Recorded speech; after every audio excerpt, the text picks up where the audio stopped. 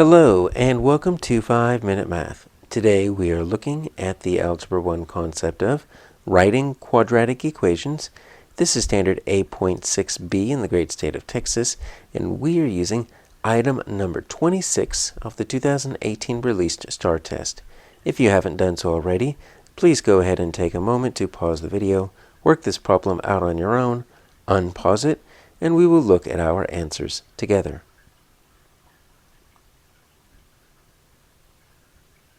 So we have a function here, and it's actually given to us in vertex form.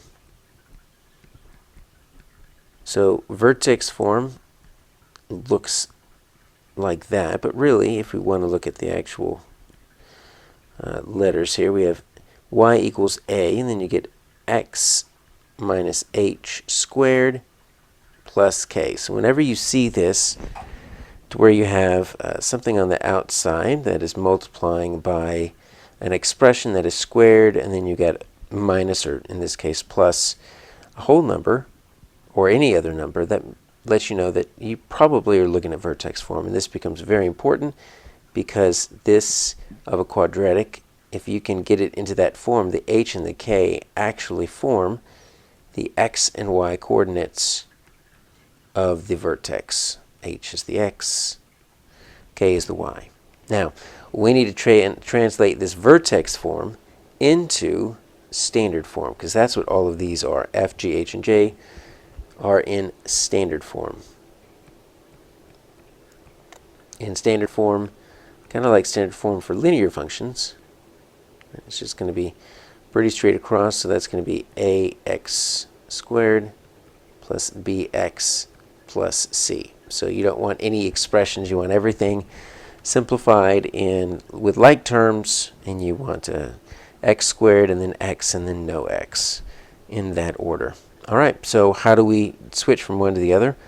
Well, we actually don't need to solve for x or y. In this case it's f of x. We simply need to FOIL this out and simplify. So FOIL is something that you use a lot in Algebra 1. So when you're multiplying expressions, first, outer, inner, last. That's how we distribute these two. So let's take a look to see what that means. So I've got my f of x equals -4. What I'm going to do is I'm going to take my x plus 7 squared. That just means I've got this expression twice, multiplying by itself. So I'm going to take the x plus 7, I'm going to write it out twice.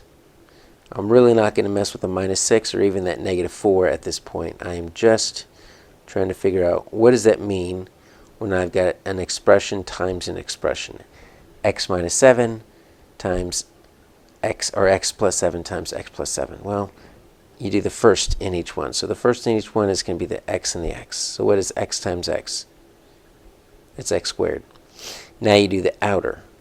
So this x is still the outer. Now I've got this outer one right here. That's a 7. So that's going to be a 7 times x. That's a plus 7x. Now I've got the inner. So the two that are on the inside, it's going to be that 7 and that x. So that's another plus 7x. And then last, what are the last two expressions, or the two numbers in each? It's going to be the two numbers rather than the x's, and it's going to be 7 times 7 plus 49 minus 6. Okay, now I've got it. I simply need to simplify.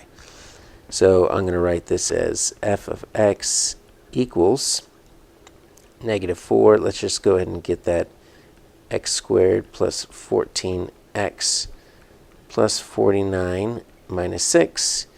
And so I need to now distribute out this -4 to each of these terms in here. F of x equals -4x squared, and then 4 times 14 is 56, so that's going to be minus 56x. And then 49 times 4 is going to be 196, that's minus 196. And we're almost there.